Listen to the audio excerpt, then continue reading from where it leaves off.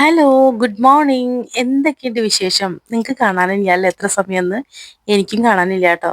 അടുത്ത് പോയിട്ട് സൂം ചെയ്ത് നോക്കി 5:45. ഓക്കെ, ഞാൻ 5:30ക്ക് എണീറ്റതാണ് കേട്ടോ. പുറത്ത് നല്ല തണുപ്പാണ്, ഇരുട്ടാണ്, കുറേ വീട്ടുകാരൊക്കെ എണീറ്റിട്ടുണ്ടെന്നൊക്കെ നിജപ്പെടുത്തിയതിന് ശേഷം ഞാനിനി അടുക്കളയിലേക്ക് അങ്ങോട്ട് പോവാൻ നിൽക്കുകയാണേ. തലേന്ന് എന്ത് ചെയ്യണമെന്ന് തീരുമാനിച്ചതിന് ശേഷമായിട്ടാ ഞാൻ ഉറങ്ങുക. നാളെ എന്തൊക്കെ ചെയ്യണമെന്ന് എൻ്റെ മനസ്സിൽ നന്നായി പ്രിപ്പയർ ചെയ്തിട്ടുണ്ടാവും. ഇനി ഞാൻ ഉറക്കണീറ്റ് എങ്ങനെ വരികയെന്ന് അറിയണ്ടേ? ഇങ്ങനെ ആയിരിക്കും ട്ടോ വരിക. മുടിയൊക്കെ മേലെ കെട്ടി എന്തായാലും തൊഴാതെ ഒരു സ്ഥലത്തേക്കും പോവില്ല കേട്ടോ. അങ്ങനെ കാലത്തത്തെ പ്രാഥമിക കർമ്മങ്ങളൊക്കെ കഴിഞ്ഞതിന് ശേഷം നേരെ അടുക്കളയിലേക്ക് പോകണം എന്നാണ് വിചാരിച്ചിരിക്കുന്നത്. എന്നെ സംബന്ധിച്ച് അടുക്കള പണി എന്ന് പറഞ്ഞു കഴിഞ്ഞാൽ എനിക്ക് ഭയങ്കര സിമ്പിളാണ്. കാരണം വെച്ച് കഴിഞ്ഞാൽ ഞാൻ എല്ലാം എൻ്റെ മാനസികമായിട്ട് ഞാൻ കുറേ പ്രിപ്പറേഷൻ കഴിഞ്ഞിട്ടുണ്ടാവും. അപ്പോൾ അതുകൊണ്ട് തന്നെ എൻ്റെ കയ്യിൽ അത് വേഗം വേഗം വഴങ്ങും. ഇതൊക്കെ നേരത്തെ എണീക്കുന്ന ദിവസങ്ങളിൽ മാത്രം നടക്കുന്ന കാര്യങ്ങളാട്ടോ. നേരം വൈകി എണീറ്റ അന്നത്തെ ദിവസം പോക്കാ. ഇതാ പറയണത് എല്ലാം തലേദിവസം കഴുകി വെച്ച് കിടക്കണമെന്ന്. ഇതിപ്പോ ചോറ് വെക്കാനുള്ള പാത്രത്തിൽ ചോറുണ്ട്. അത് ഞാൻ ഇന്നലെ കഴുകി വെച്ചിട്ടുണ്ടായിരുന്നില്ല. കുറച്ച് ചോറുണ്ടായിരുന്നു. അത് വേസ്റ്റിൽ കളയണ്ടേന്ന് ഓർത്തിട്ട് വിഷമിച്ചിട്ട് ഞാൻ അങ്ങനെ തന്നെ വെച്ചതാട്ടോ.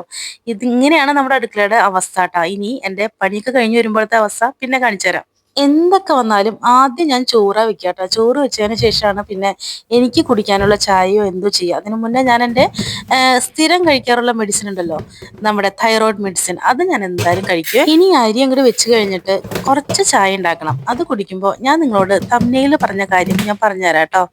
അമ്മ പണ്ട് പറയായിരുന്നു, കാലത്ത് എണീറ്റ് കഴിഞ്ഞാൽ വിളക്ക് വെക്കണം, അത് കഴിഞ്ഞ ശേഷം അടുക്കളയിൽ കയറണം, അപ്പോൾ കിട്ടുന്ന ഒരു പോസിറ്റീവ് എനർജി അത് വേറെയാന്നുള്ളത്. പക്ഷെ വിളക്ക് വെക്കണം എന്നുള്ള കാര്യം എനിക്ക് നടക്കാറില്ല കേട്ടോ. പകരം ഞാൻ ഇതിങ്ങനെ തീയൊക്കെ കത്തിക്കുമ്പോൾ അത് വിളക്കാന്ന് വിചാരിച്ചങ്ങോട്ട് തൊഴും. സത്യം പറയാലോ, അമ്മ പറയുന്ന ഓരോ കാര്യങ്ങളും ഇപ്പോൾ ഞാൻ അമ്മയായി കഴിഞ്ഞപ്പോഴാണ് എനിക്ക് ഓരോ കാര്യങ്ങളും കൃത്യമായിട്ട് മനസ്സിലാവണത്. അന്ന് അങ്ങനെ പറഞ്ഞ എന്തായിരുന്നു, ഇന്ന് ഇങ്ങനെ പറയണത് എന്താണ് എന്നൊക്കെ എപ്പോഴാണ് നമ്മൾ മനസ്സിലാക്കാൻ തുടങ്ങുന്നത് തന്നെ. അമ്മ 3 മണിക്ക് എണീക്കുമ്പോൾ ഞങ്ങൾ വെറുതെ പറയും, എന്തിനാ ഇങ്ങനെ ലൈറ്റ് ഇട്ടിട്ട് ഞങ്ങളുടെ ഉറക്കം കളയണത്? ഞങ്ങൾക്ക് ഉറങ്ങാൻ പറ്റുന്നില്ല, ലൈറ്റ് ഓഫ് ചെയ്യമ്മ. 6 മണിക്ക് അമ്മ റേഡിയോ വെക്കുമ്പോൾ പറയും, എന്തിനാ അമ്മ ഇങ്ങനെ റേഡിയോ വെച്ച് ശല്യം ചെയ്യണത്? പതുക്കെ വെക്കുന്നു. അമ്മ ഇതൊക്കെ ഭയങ്കര പ്ലാൻഡ് ആയിട്ട് ചെയ്തതാണ്. ഇപ്പോഴാണ് എനിക്ക് മനസ്സിലാവണത്. 3 മണിക്ക് എണീറ്റാലേ അമ്മയ്ക്ക് 7:30ക്ക് ജോലിക്ക് പോകാൻ പറ്റുള്ളൂ. 6 മണിക്ക് റേഡിയോ ഓൺ ആക്കിയാലേ അമ്മയ്ക്ക് സമയം അറിയാൻ പറ്റുള്ളൂ. ഇതൊക്കെ ഇപ്പോഴാണ് ഞാൻ മനസ്സിലാക്കുന്നത് പോലും. അപ്പൊ നമ്മുടെ ചായയൊക്കെ ആയിട്ടുണ്ട് കേട്ടോ. ഇനി പറയാനുള്ള കാര്യത്തിലേക്ക് അങ്ങോട്ട് കിടക്കാം. എപ്പോൾ യൂട്യൂബ് നോക്കിയാലും എല്ലാവരുടെയും ഇന്റർവ്യൂസ് ഒക്കെ കാണുമ്പോഴും എല്ലാവരും ജേണൽ എഴുതണ കാര്യം പറയുന്നുണ്ട്, ഗ്രാറ്റിറ്റ്യൂഡ് ജേണൽ എഴുതണം എന്നൊക്കെ. അപ്പോൾ ഇതെന്താണ് ചെയ്യേണ്ടതെന്ന് ഒരു വട്ടം ഞങ്ങളൊന്ന് ട്രൈ ചെയ്ത് നോക്കിയിട്ട് കഴിഞ്ഞ വർഷം ട്രൈ ചെയ്ത് നോക്കിയിട്ട് ഒരു 5 ദിവസം എഴുതി കഴിഞ്ഞപ്പോൾ മടുത്തു. ഇതെന്താ സ്ഥിരം ഒരേ കാര്യം തന്നെ എഴുതണം, മാറ്റിയൊന്നും എനിക്കൊന്നും വരുന്നില്ലല്ലോ എന്നിങ്ങനെ തോന്നിയിട്ട്. അങ്ങനെ ഈ കുറച്ച് ദിവസം മുന്നേ ഞാൻ തുടങ്ങിയ ഒരു പരിപാടി കേട്ടോ. മനസ്സിൽ ഞാനത് ഇങ്ങനെ വിചാരിക്കാൻ തുടങ്ങി. മനസ്സിൽ ഞാൻ തന്നെ ഇങ്ങനെ പറയാൻ തുടങ്ങി, ഓരോ ദിവസം എനിക്ക് ഇന്നത് എന്നുള്ള കാര്യം ഞാൻ പറയാൻ തുടങ്ങി. അപ്പൊ അതെനിക്ക് ഇങ്ങനെ നടക്കണ പോലെ എനിക്ക് ഇങ്ങനെ ഫീൽ ചെയ്ത് തുടങ്ങി. അപ്പൊ ഞാൻ പതുക്കെ ബുക്ക് എടുത്ത് ഇങ്ങനെ എഴുതാൻ തുടങ്ങി. എങ്ങനെ പോയാലും ഞാൻ ഒരു 5 ഗ്രാറ്റിറ്റ്യൂഡ് എഴുതാൻ ഞാൻ മറക്കാറില്ല. എന്നും ഞാനത് എഴുതാറുണ്ട് കേട്ടോ. അത് തന്നെ അത് എഴുതാൻ തന്നെ ചിന്തിച്ച് എഴുതേണ്ടതായിട്ട് ഒരു കാര്യമാണ്. അപ്പൊ അതുകൊണ്ട് കുറച്ച് സമയം എടുത്ത് എഴുതണം. ഒരു 15 മിനിറ്റെങ്കിലും എടുത്ത് എഴുതേണ്ടതാണ്. അപ്പോൾ നമുക്ക് അതൊരു സമയം നഷ്ടമായിട്ടൊന്നും ഫീൽ ചെയ്യില്ല കേട്ടോ. എന്തുകൊണ്ടാന്ന് വെച്ച് കഴിഞ്ഞാൽ നമ്മൾ തലേന്നേ നമ്മൾ എല്ലാ കാര്യങ്ങളും പ്രിപ്പയർ ചെയ്ത് വെച്ച് കഴിഞ്ഞാൽ നമുക്ക് ഒരു 15 അല്ല 20 മിനിറ്റ് നമുക്ക് ഫ്രീ ആയിട്ട് കിട്ടും കാലത്ത് തന്നെ. അപ്പൊ അതൊക്കെ ചായ കുടിച്ച് സമാധാനത്തോടെ എഴുതി ഇതിന്ന് കിട്ടുന്ന ഒരു പോസിറ്റീവ് എനർജിയും ഇതിന്ന് കിട്ടുന്ന ഒരു എഫക്റ്റ് നിങ്ങൾക്ക് മനസ്സിലാക്കണമെങ്കിൽ നിങ്ങൾ ഇതൊന്ന് ചെയ്ത് നോക്കട്ടാ. എനിക്കെന്തോ 2-3 കാര്യങ്ങൾ എൻ്റെ കാര്യങ്ങൾ സക്സസ് ആയിട്ട് നടന്നപ്പോൾ എനിക്ക് ഇതിനോട് ഒരു അറ്റാച്ച്മെന്റ് തോന്നിയിട്ടുണ്ട്. ഇതൊന്നും ഞാൻ വെറുതെ പറയണതല്ല കേട്ടോ, എല്ലാവരും പ്രൂവ് ചെയ്ത ഒരു കാര്യമാണ്. പിന്നെ ഞാൻ ഗ്രാറ്റിറ്റ്യൂഡ് എഴുതി കഴിഞ്ഞിട്ട് ഞാൻ വെറുതെ ഒരു ചിത്രമൊക്കെ വരയ്ക്കാറുണ്ട്. ചിത്രം വരയ്ക്കാന്ന് വെച്ച് കഴിഞ്ഞാൽ ഇപ്പൊ ഞാൻ വരയ്ക്കണത് എന്താ വെച്ച് കഴിഞ്ഞാൽ ഞാൻ നെക്സ്റ്റ് ചെയ്യാൻ പോണ ഒരു വീഡിയോക്ക് വേണ്ടിയിട്ട് ഞാനൊന്ന് ട്രൈ ചെയ്യാണ്.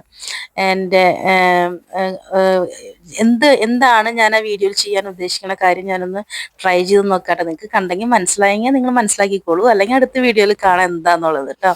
അപ്പോ ഇപ്പൊ നിങ്ങൾക്ക് മനസ്സിലായല്ലോ അല്ലേ? അപ്പൊ എന്തായാലും നിങ്ങൾക്ക് മനസ്സിലായ സ്ഥിതിക്ക് ഇനിയിപ്പോ അടുക്കളയിൽ പോയിട്ട് ബാക്കിയുള്ള കാര്യങ്ങളൊക്കെ ചെയ്യാം. ഇന്ന് കാലത്ത് ഹസ്ബൻഡിന് ജോലിക്ക് പോകുമ്പോൾ കറിയും ചോറും ഒക്കെ വേണം. അപ്പൊ നേരത്തെ ഒക്കെ ചെയ്തു വെച്ച് കഴിഞ്ഞാൽ പിന്നെ മോന് എക്സാം അടുത്ത മാസമാണ്. അപ്പൊ അതിന് വേണ്ടി പഠിക്കാതിരിക്കുമ്പോൾ കൂടെ വെറുതെ പറഞ്ഞു കൊടുക്കാനൊക്കെ ഇരിക്കാലോ. അപ്പോൾ ഞാൻ ഇന്ന് വെക്കുന്നത് പാലക്കാടൻ മൊളോഷ്യം എന്ന് പറയില്ലേ, മുളകോഷ്യം എന്നൊക്കെ ഞങ്ങൾ പറയും, മുളകോഷ്യം എന്നാണ്. പക്ഷെ മൊളോഷ്യം എന്ന് പറയുന്ന ആൾക്കാരും ഉണ്ട്. അതാണ് ഇപ്പൊ ഞാൻ ചെയ്യണത് കേട്ടോ. അപ്പോൾ എൻ്റെ വീട് തൃശ്ശൂരും ഹസ്ബൻഡിൻ്റെ വീട് പാലക്കാടാണ് കേട്ടോ. അപ്പോൾ നമ്മുടെ തൃശ്ശൂർക്കാർക്ക് അങ്ങനെ കറികൾക്കൊന്നും അങ്ങനെ പ്രത്യേകം പേരുകളൊന്നുമില്ല. പരിപ്പും മുരിങ്ങക്കായും പരിപ്പും തക്കാളിയും പരിപ്പും മാങ്ങയും അങ്ങനെയൊക്കെ പറഞ്ഞാൽ നമ്മൾ ഒരു ദിവസത്തെ കറീനെ നമ്മളൊക്കെ അങ്ങനെയൊക്കെ അഡ്ജസ്റ്റ് ചെയ്യും. പക്ഷെ പാലക്കാട് അങ്ങനെയല്ല കേട്ടോ. ഓരോ കറികൾക്കും പ്രത്യേക പേരുകളൊക്കെ ഉണ്ട്. അത് ഓരോ സൈഡ് വൈസ് ആയിട്ട്, അതായത് ഒറ്റപ്പാലം സൈഡാണെങ്കിൽ വേറെ പേരുകൾ, ഇപ്പൊ നിങ്ങൾ കൊല്ലംകോട് സൈഡാണെങ്കിൽ വേറെ പേരുകൾ, അങ്ങനെയൊക്കെയാ. അപ്പോൾ കൊല്ലംകോട് പാലക്കാട് ഏരിയയിൽ കൂടുതലും പുളിങ്കറികളാണ്, എല്ലാവർക്കും പുളിങ്കറികളാണ്. പാലക്കാട് സൈഡിലാണെങ്കിൽ അവർ ഇന്ന പേര് തന്നെ പറയും. മൊളോഷ്യം, രസം, പിന്നെ അതുപോലെ എന്താണ് കൊള്ളുകറി, അങ്ങനെയൊക്കെ. കൊള്ളു എന്ന് പറഞ്ഞാൽ മുതിര, കൊള്ളുകറി, അങ്ങനെയൊക്കെ അവർക്ക് പേരുണ്ട്. അപ്പോൾ ഞാൻ കല്യാണം കഴിഞ്ഞ് വരുമ്പോൾ ഇതിനെപ്പറ്റി ഒരു ABCD ഐഡിയ ഇല്ലാണ്ട് പോയ ഒരാളാണ്. അപ്പൊ എനിക്ക് അവിടെ അന്നൊക്കെ ചെന്ന സമയത്ത് എനിക്ക് ചിരിയായിരുന്നു വന്നത്. ഓരോ കറികൾക്കും ഓരോ പേരാ. ഇത് എന്ത് കറിയാണ്? എനിക്കാണെങ്കിൽ ആ കറിയായിട്ട് എനിക്ക് അഡ്ജസ്റ്റ് ചെയ്യാൻ പറ്റാത്തൊരു ബുദ്ധിമുട്ടായിരുന്നു. അപ്പൊ എന്റെ ഹസ്ബൻഡ് എന്തായാലും ഒരു മാസം കഴിഞ്ഞാൽ ദുബായിക്ക് വരും. അപ്പൊ ഞാൻ ഒറ്റയ്ക്കാവും അവിടെ. അപ്പൊ ഞാൻ എന്ത് ചെയ്യും? ഈ കറികളായിട്ട് എനിക്ക് ഒന്നും അറിയില്ല. അപ്പൊ ഞാൻ അമ്മേനെ വിളിച്ച് ഫോൺ ചെയ്ത് പറയും, അമ്മ ഇങ്ങനത്തെ ഓരോ കറികള്, അപ്പൊ അതിന്റെ കൂട്ട് എന്താന്ന് നോക്ക്, അപ്പൊ അതിന് നാളികേരം അരയ്ക്കുമ്പോഴത്തെ വ്യത്യാസം എന്താന്ന് നോക്ക്. അങ്ങനെയൊക്കെ നോക്കുമ്പോഴാണ് ചെറിയ ചെറിയ വ്യത്യാസങ്ങളുള്ളൂ. ചിലപ്പോ ഉള്ളി ചേർക്കും, ചിലപ്പോ വെളുത്തുള്ളി ചേർക്കും, ചിലപ്പോ ജീരകം ചേർക്കും. ഇങ്ങനെ ചെറിയ ചെറിയ കാര്യങ്ങളിലെ വ്യത്യാസമുള്ളൂ. പക്ഷെ ഇതിനൊക്കെ പേരുണ്ടെന്ന് മാത്രം. എന്തായാലും ഇത് പഠിക്കണം എന്നങ്ങോട്ട് തീരുമാനിച്ച് അമ്മയുടെ കൂടെ, അതായത് ഹസ്ബൻഡിന്റെ അമ്മയുടെ കൂടെ ഓരോ പണികൾ ചെയ്യുമ്പോഴും അതിന്റെ കൂടെ എന്തൊക്കെയാ അരച്ച് ചേർക്കുന്നത്, എന്തൊക്കെയാ ചെയ്യുന്നത്, ചിലപ്പോൾ ഞാൻ എഴുതി വെക്കൊക്കെ ചെയ്യൂട്ടാ. അങ്ങനെയൊക്കെ ചെയ്ത് ചെയ്ത് ചെയ്ത് ഞാൻ അങ്ങനെ നേരം മനസ്സിലാക്കി എടുക്കാൻ തുടങ്ങി. പതുക്കെ പതുക്കെ മനസ്സിലാക്കി എടുക്കാൻ തുടങ്ങി. ഇപ്പൊ ഞാൻ കാണിച്ചിരുന്നത് എന്താണെന്ന് വെച്ച് കഴിഞ്ഞാൽ എന്റെ എല്ലാ പണിയും കഴിഞ്ഞു കേട്ടോ. ഇഡ്ലിക്കുള്ള ചമ്മന്തി, ചട്നി, ഉപ്പേരി വെച്ചു, വെണ്ടക്കായ ഉപ്പേരി വെച്ചു, പിന്നെ മുളക് വശം വെച്ചു, പിന്നെ കുടിക്കാൻ വെള്ളം വെച്ചിട്ടുണ്ട്, ചൂടുവെള്ളം. ഫിൽട്ടർ വാട്ടർ ആണെങ്കിലും ഹസ്ബൻഡ് ചൂടുവെള്ളം കഴിക്കാറിട്ടാ. ഇപ്പൊ കണ്ടോ എന്റെ അടുക്കളയുടെ കോലം നോക്ക്. ഇപ്പൊ എല്ലാം പെട്ടെന്ന് വൃത്തിയാക്കാം കേട്ടോ, ക്ലീൻ ആക്കാനൊന്നും അധികം സമയം വേണ്ട.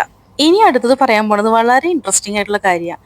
ഈ അയൺ ചെയ്യാന്ന് പറയുന്നത് ഇത്രയും മെനക്കെട് പിടിച്ച കാര്യമാണെന്നുള്ളത് ഞാൻ ഈ ഷർട്ട് തയ്ക്കുമ്പോഴേ മനസ്സിലായത് കേട്ടാ. നമ്മൾ ചുരിദാർ തയ്ക്കുമ്പോഴോ നമ്മുടെ മിഡി തയ്ക്കുമ്പോഴോ ഒന്നും ഇത്ര പാടില്ല. ശരി, ഈവൻ ഒരു പട്ടുപാവാട തയ്ക്കുകയാണെങ്കിൽ പോലും നമുക്ക് ഇത്ര പണിയില്ല. പക്ഷെ ഈ ഷർട്ട് തയ്ക്കാന്ന് പറഞ്ഞു കഴിഞ്ഞാൽ ഭയങ്കര ടാസ്ക്കാണ്. അതിൻ്റെതായ ഒരു ഫോർമാറ്റിൽ തയ്ച്ചാൽ മാത്രമേ കറക്റ്റായിട്ട് നമുക്ക് അയൺ ചെയ്ത് കിട്ടുള്ളൂ. 2-3 പ്രാവശ്യം ഞാൻ യൂട്യൂബ് നോക്കി പഠിച്ചിട്ടാണ് ഞാൻ ഈ അയൺ ചെയ്യേണ്ട കഥ ഞാൻ പഠിച്ചെടുത്തത് കേട്ടാ. ഇപ്പൊ ഈ അടുത്ത 1 വർഷമായിട്ടുള്ളൂ, 2 വർഷമായിട്ടുള്ളൂ ഞാൻ ഈ അയൺ ചെയ്യാനായിട്ട് ഹസ്ബൻഡിന്റെ ഷർട്ട് അയൺ ചെയ്യലൊക്കെ തുടങ്ങിയിട്ട്. അതിന് മുന്നേ ആള് തന്നെയാണ് ചെയ്യാറ്. പക്ഷെ ഇത് ചെയ്യാ ഒരു വലിയ ടാസ്ക്കാണ്. കാരണം വെച്ച് കഴിഞ്ഞാൽ കോട്ടൺ ഷർട്ടാണെങ്കിൽ പറയണ്ട. അതില് നമ്മള് വെള്ളം സ്പ്രേ ചെയ്യണം, പിന്നെ ഓരോ ഇങ്ങനെ സ്ട്രെയിറ്റ് ആക്കി പിടിച്ച് വേണം അയൺ ചെയ്യണമെങ്കിൽ. പിന്നെ കോളർ തയ്ച്ച് കഴിഞ്ഞാൽ ഷോൾഡർ തയ്ക്കണം, പുറം തയ്ക്കണം, അത് കഴിഞ്ഞ് പിന്നെ കൈകൾ രണ്ടും തയ്ക്കണം, അത് കഴിഞ്ഞിട്ട് പിന്നെ ചെസ്റ്റ് ഫ്രണ്ട് ഭാഗം തയ്ക്കണം, അത് കഴിഞ്ഞാൽ തന്നെ അപ്പൊ തന്നെ ബാക്ക് തയ്ച്ചിട്ട് പിന്നെയും നമ്മൾ ഫ്രണ്ട് ഭാഗം തയ്ക്കണം. അങ്ങനെ ഭയങ്കര ഫോർമാറ്റിൽ കിടന്ന് കളിക്കുന്ന ഒരു സാധനമാണ് ഷർട്ട് എന്ന് പറയുന്നത്. അങ്ങനെ അവന്റെ ഷർട്ട് തയ്ച്ചു കഴിഞ്ഞു. പിന്നെ ഞങ്ങൾ രണ്ടുപേരും ഒരുമിച്ചിരുന്ന് ഭക്ഷണം കഴിച്ചു. ഭക്ഷണം കഴിക്കുന്നതിന്റെ കൂടെ തന്നെ അമ്മേനെ ഓൺലൈനിൽ ഫോൺ വിളിച്ചു സംസാരിച്ചു. ഞങ്ങൾ ഇന്നത്തെ കാര്യങ്ങളൊക്കെ ഒരു പ്ലാനിങ് ഒക്കെ വെറുതെ ജസ്റ്റ് ഒന്ന് പ്ലാനിങ് ചെയ്തു. ഹസ്ബൻഡ് ഇതാ പോയിട്ടോ. ഈ ഹസ്ബൻഡ് പോയി കഴിഞ്ഞു, വാതിലൊക്കെ അടച്ചു. ഇനി കുറച്ച് നേരം റെസ്റ്റ് എടുത്തതിന് ശേഷം ഇനി അടുത്ത പണികൾ ചെയ്യുള്ളൂ. അപ്പോൾ ഇതൊക്കെയാണ് നമ്മുടെ വീഡിയോ എന്ന് പറയുന്നത്. അപ്പോൾ ഇന്നത്തെ വീഡിയോ ഇത്രയേ ഉള്ളൂ. അപ്പോൾ നെക്സ്റ്റ് വീഡിയോയിൽ ഇതുപോലെ തന്നെ ഒരു റൂട്ടീൻ പോലെ ഞാൻ കാണിച്ചു തരാം. അപ്പോൾ ആരെങ്കിലും പുതിയതായിട്ട് കാണുന്നുണ്ടെങ്കിൽ എൻ്റെ ചാനൽ സബ്സ്ക്രൈബ് ചെയ്യാനും ഷെയർ ചെയ്യാനും ലൈക്ക് ചെയ്യാനും ഒന്നും മറന്നു പോകരുത്. അപ്പോൾ നെക്സ്റ്റ് വീഡിയോയിൽ കാണാം. ബൈ.